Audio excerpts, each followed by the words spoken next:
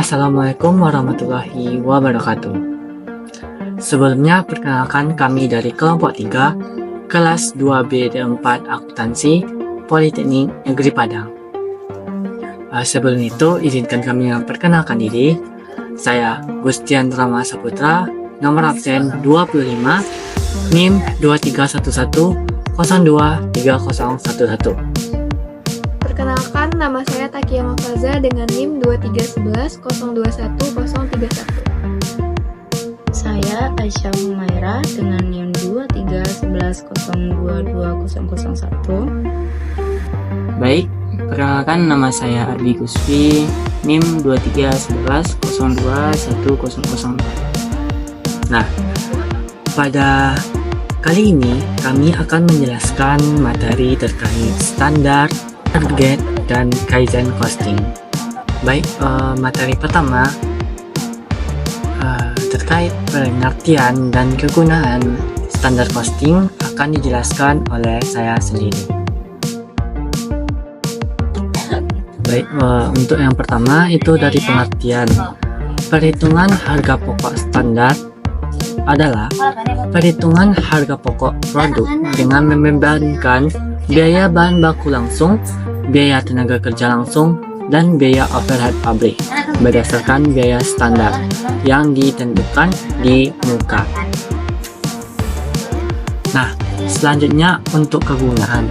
Yang pertama, tidak diperlukan buku pembantu persediaan bahan baku dan barang jadi.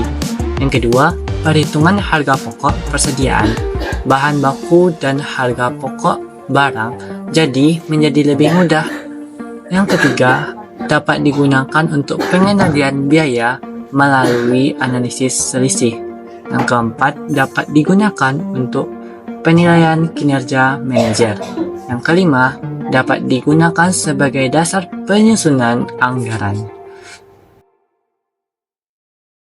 Baiklah, saya akan menjelaskan mengenai hubungan antara standar costing dan anggaran. Biaya standar merupakan dasar dalam penyusunan anggaran, di mana standar menyatakan yang seharusnya bila pelaksanaan tertentu tercapai, sedangkan anggaran merupakan yang diharapkan pada volume kegiatan tertentu. Jika perusahaan telah mengembangkan biaya standar, perusahaan akan menggunakan biaya standar dalam penyusunan anggaran.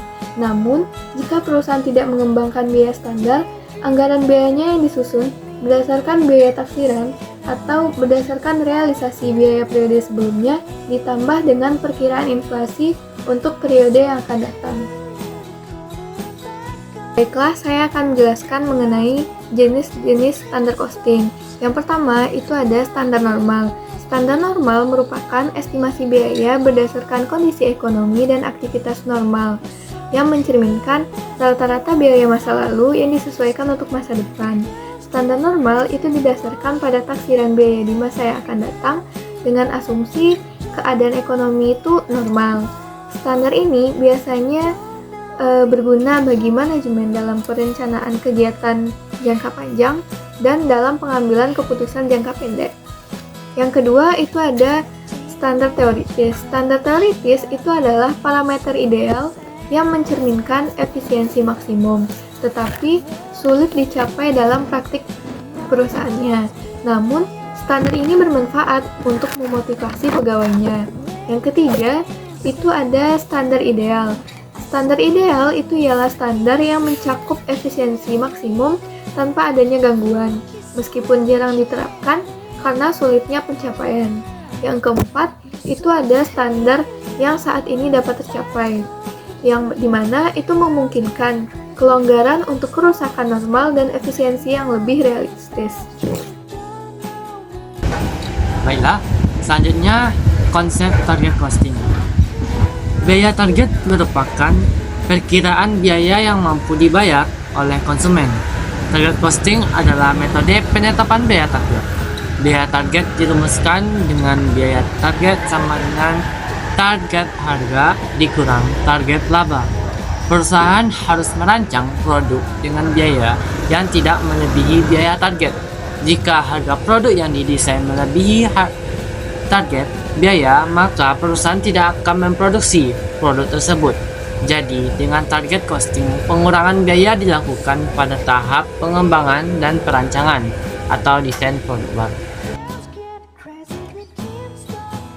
Selanjutnya, kita akan membahas konsep Kaizen Costing.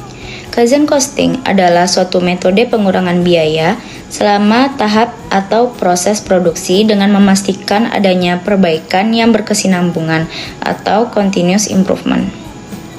Tujuannya untuk meningkatkan efisiensi dan efektivitas dengan mengeliminasi aktivitas yang sekiranya tidak bernilai tambah, serta meningkatkan kualitas produknya.